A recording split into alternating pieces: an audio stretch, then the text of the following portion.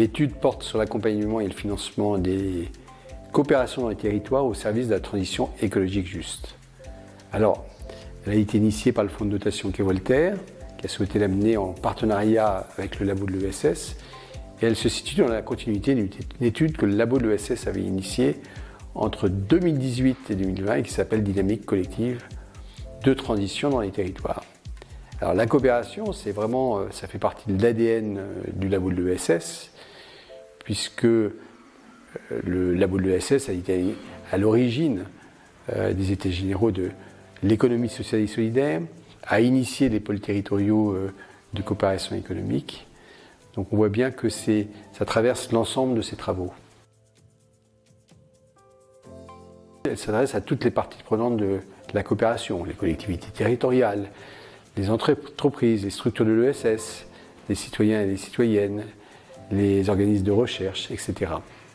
Et nos objectifs dans l'étude, c'est 3 objectifs. Le premier, c'est d'établir un diagnostic partagé autour de l'enjeu de l'accompagnement et du financement des coopérations dans les territoires.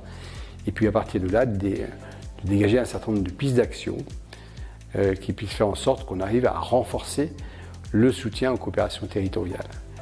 Alors, le troisième point aussi, ce qui est important, c'est qu'on a dégagé à partir de ces pistes d'action des défis communs autour de ce qu'on appelle des chantiers coopératifs qui réunissent, depuis le 19 octobre 2023, des personnes morales ou individuelles autour de défis particuliers. Alors, on a défini 5 thématiques. Les métiers de la coopération, première thématique, les outils de financement au service des coopérations territoriales, les démarches d'accompagnement au service des coopérations territoriales. Le 4e thème, c'est les écosystèmes coopératifs territorialisés. Et le 5e thème, c'est le plaidoyer au service de la coopération.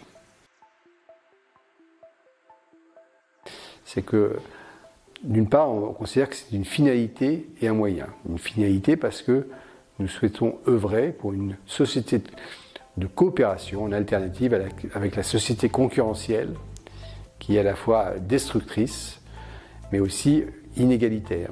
Et puis c'est un moyen parce que c'est un outil, une démarche essentielle pour la transition écologique juste. On ne pourra pas effectivement agir et répondre aux enjeux sociaux et environnementaux de demain si on n'arrive pas à travailler tous ensemble.